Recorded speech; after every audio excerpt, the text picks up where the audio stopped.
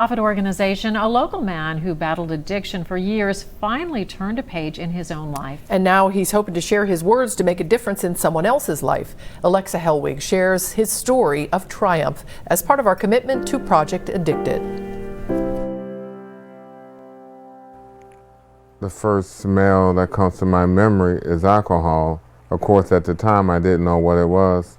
And to this day, that same smell sticks with Rick Greene, who reads one of the first sentences out of his book called Spiritworks, A God Story. It's a narrative he's sharing, even though it takes him back to a dark childhood. I just didn't know how to deal with being constantly being called curse words. I was never Rick. I was always belittled. I was always told I would never be nothing. As a teen, Rick was sick of the pain, so he turned to alcohol, marijuana, and then cocaine. For 16 years, it consumed his life so much that it destroyed his marriage. I remember telling her to leave me. That's when I knew I was a full addict. I just told her to leave me.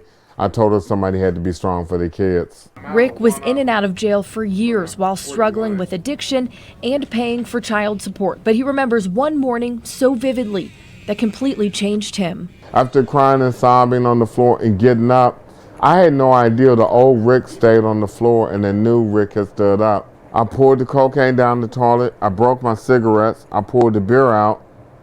And instantly, God cleansed my tongue. Rick eventually remarried and has been clean for 21 years. He's proud to share his story on these pages and through Spiritworks Ministry, a nonprofit he started. I believe addiction is a liar, and he constantly lied to you, and I want to speak against it. And through his testament, he hopes to make an influence on the lives of so many.